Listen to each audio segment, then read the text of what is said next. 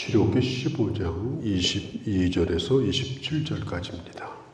이스라엘 백성들이 홍해를 건넌 다음에 3일 길을 걸었지만 물을 만나지를 못했습니다. 그러자 그들이 곧바로 하나님을 원망합니다. 그리고 모세를 원망합니다. 그들이 누군가 하면 3일 전에 홍해를 건너고 모세와 함께 이스라엘 백성들이 하나님을 찬양했던 때가 불과 3일이에요. 그런데 마실 물이 없어지자 그들은 곧바로 하나님을 원망하는 것으로 바뀌게 되어집니다. 어느 글에 보니까 교회 안에 원불교 신자가 많다 이런 글이 있더라고요. 이게 뭔가 하고 자세히 읽어봤더니 원망하고 불평하는 신자가 많다. 아무리 힘들고 어렵다 하더라도 하나님을 원망하는 것으로 바뀌면 안 돼요. 불기둥 구름기둥의 인도를 받고 또 모세가 앞장서서 그렇게 걸어왔는데 쓴물이 나온 거예요. 그러니까 하나님이 인도하신다 할지라도 얼마든지 이 쓴물을 만날 수 있다. 그걸 보여줍니다. 물론 이 물이 없다고 하는 건 정말 절실한 거죠. 목마른 것은. 아프리카 같은 데는 특별히 중부 아프리카 쪽에 긴 가뭄이 지금도 계속되고 있는데요. 사람도 살기 힘들고 짐승도 살기가 힘들어요. 그 들 가운데 웅덩이 하나가 있는데 물이 점점 말라갑니다. 사자도 와서 물 마시고 풀 뜯어먹는 조그만 짐승도 와서 물 마셔요. 잘못하면 잡아먹힐 걸 알면서도 물을 먹어야 사니까 와서 물 마시는 거예요. 그러니까 물이라고 하는 것은 곧 생명입니다. 물이 없으면 죽죠. 지금 이스라엘 백성도 말하자면 이제 죽을 지경이 사실 된 겁니다. 그런데 그 물이 뭐냐?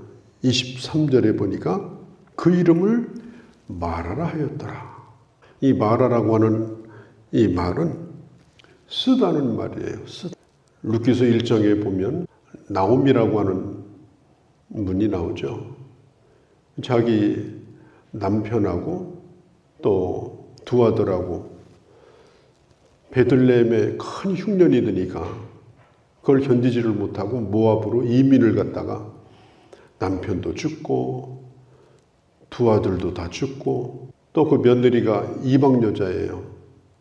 그 가운데 이방 여자 하나와 함께 남자는 다 잃어버리고 여자들 둘이 베들레헴으로 돌아와요. 동네 사람들이 다 나와서 슬퍼합니다. 슬퍼할 수밖에 없죠. 기가 막히죠. 그러면서 동네 사람들이 그 이름을 불러주는 거예요. 나오미요, 나오미요. 그러니까 이 나오미가 이렇게 얘기를 합니다. 내 이름을 나오미라고 부르지 말라. 마라라고 부르라.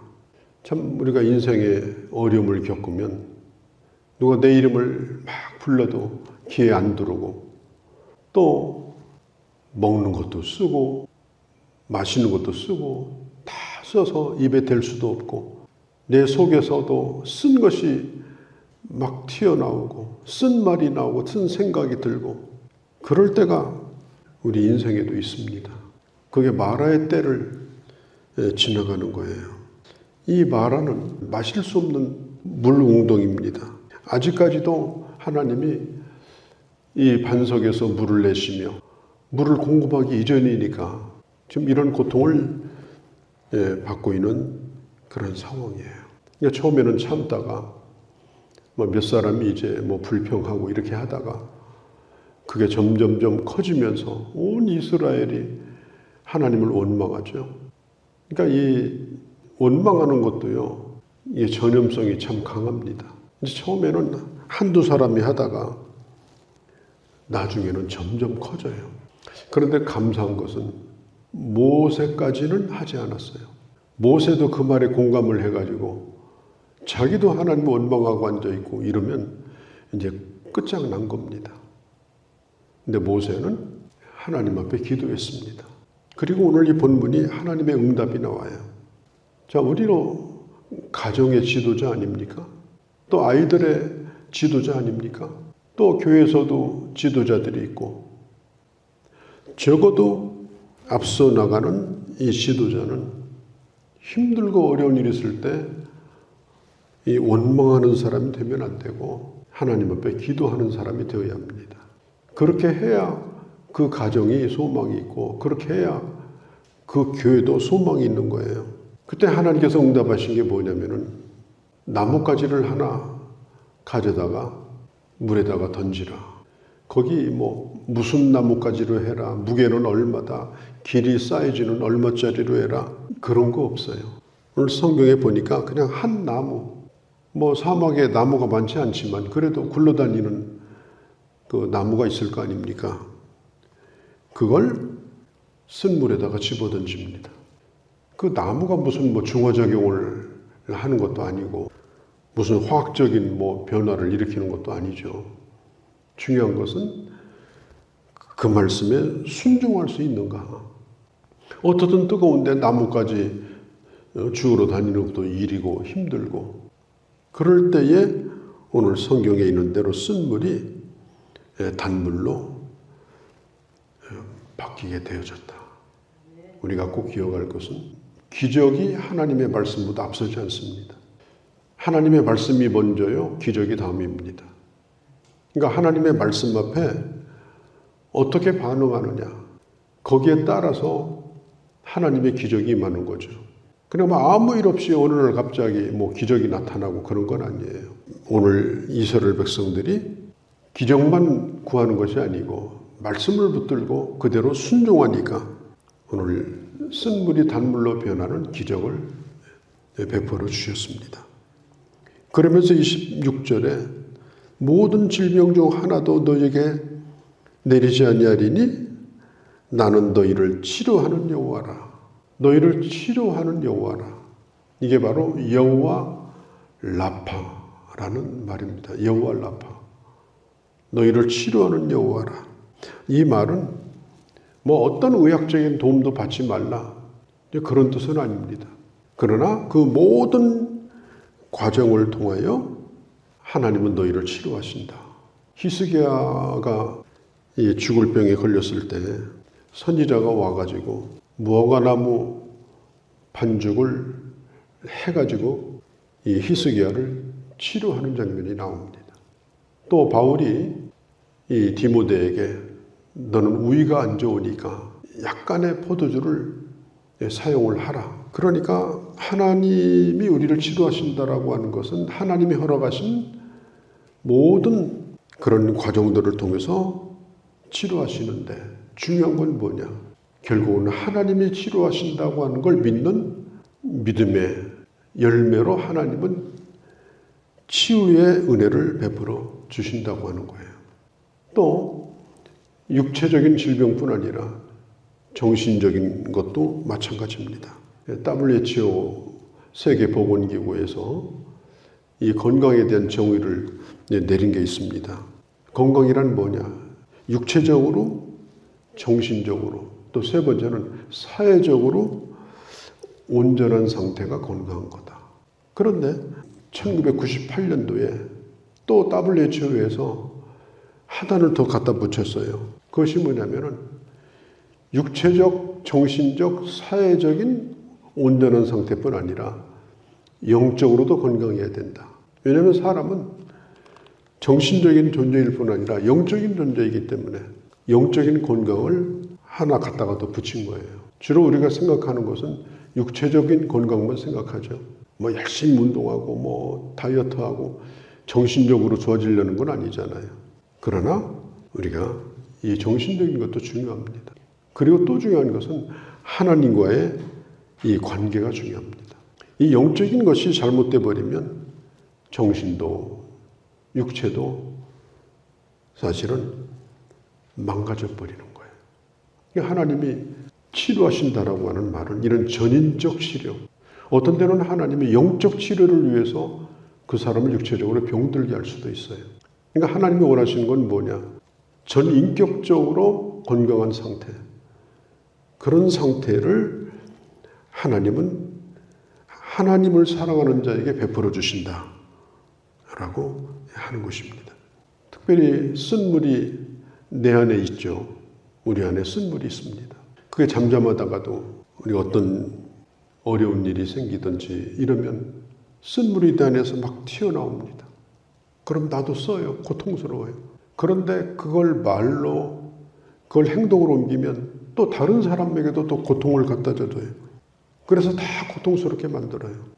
우리가 그런 것도 우리가 하나님 앞에 그런 내 안에 있는 쓴 것도 단물로 변화되게 해달라고 그렇게 우리도 하나님 앞에 기도하고 또 우리가 은혜의 길을 걸어갈 때 그런 전인적인 건강을 허락하여 주시는 겁니다. 그래서 이 단맛이 난다는 거, 우리가 물 한 컵을 딱 먹었는데 물이 시원하고 물맛이 좋고 그게 단맛이 난다는 거예요. 단물로 변한다. 설탕 맛이 난다는 뜻이 아니고 먹을 만한 살 맛이 나고 먹을 맛이 나고 일할 맛이 나고 또 사랑할 맛이 나고 그 맛이 나는 인생, 그게 바로 쓴물이 단맛으로 변하는 건데 거기에는 하나님을 향한 전적인 순종에 달려있다라고 하는 걸 오늘 성경이 보여주고 있습니다. 그리고 이 쓴물이 단물로 변한 다음에 약 한 11km 정도를 더 갔습니다. 그런데 오늘 마지막 절에 보니까 거기에 엘림이라고 하는 오아시스가 거기에 있었어요. 거기에 보면은 종려나무가 70그루가 있었습니다. 종려나무가 70그루 정도면요, 굉장히 큰 오아시스입니다. 멀지 않은 곳에 엘림이 기다리고 있었어요. 마라를 조금 지나가면 곧 엘림이 나온다. 우리가 쓴물이 나올 때도 하나님 은혜로 잘 지나가면 반드시 하나님은 엘림의 은혜를 베풀어 주시고 또 우리 인생의 오아시스를 우리에게 준비해 두시는 그런 하나님이다 라고 하는 걸 보여주고 있습니다. 사막의 오아시스 참 얼마나 큰 은혜입니까? 마음껏 물을 마시고 또 거기에 종려나무가 70그루도 있으니까 뭐 마음껏 열매를 따먹고 그것이 오늘 고통의 자리에서 멀지 않다. 오늘 내가 힘든 일을 겪고 있는 이 자리에서 멀지 않다. 고통의 때가 지나가면 반드시 하나님은 엘림을 준비해 두신다. 아마 이스라엘 백성들이 이런 생각을 가졌을 거예요. 조금만 참았으면 될 텐데, 내가 조금만 인내했으면 될 텐데, 왜 내가 그때 감사하지 못했는가? 왜 그때 하나님을 바라보지 못했는가? 그걸 못한 것이 나중에 후회가 되고 하나님 앞에 부끄러울 수밖에 없는 것입니다. 오늘 우리에게도 마찬가지예요. 쓴물도 만나지만 믿음으로 잘 지나가면 반드시 하나님은 우리에게 오아시스를 준비해 두셨다. 내가 너를 위해서 준비했다. 너 자신을 위해서 네가 준비하는 것보다 내가 준비했다. 오늘 이 말씀을 굳게 믿고 오늘 어려운 때지만은 오직 믿음으로 말씀에 순종함으로 오늘 삶의 현장이 쓴물이 단물로 변할 뿐 아니라 풍성한 오아시스를 또 만나는 이런 은혜 가운데로 우리 모두를 인도해 주시기를 주의 이름으로 축복합니다. 거룩하신 우리 아버지, 이스라엘 백성들이 3일 전에 그렇게 하나님을 하늘이 울릴 정도로 찬양했는데 오늘 하나님을 주저앉아서 원망하는 이런 모습을 보게 됩니다. 아버지 하나님, 우리 안에도 이런 쓴물이 있습니다. 모든 것이 다 써서 먹을 수 없고 마실 수 없고 모든 것이 다 써서 견딜 수 없는 그런 때도 있습니다. 하나님, 기적을 기대하기 전에 먼저 순종하게 하시고 먼저 하나님의 말씀을 붙들게 하시고 그러므로 쓴물이 단물로 변할 뿐 아니라 조금 더 참으면 하나님이 예비하시는 놀라운 오아시스를 만나는 그런 하나님의 특별한 은혜를 저희들 간절히 기대합니다. 또한 저희들의 발걸음을 믿음의 길로 저희들을 인도하여 주시옵소서. 이 하루도 주께 의탁하오며 우리 주 예수님의 이름으로 기도하옵나이다. 아멘.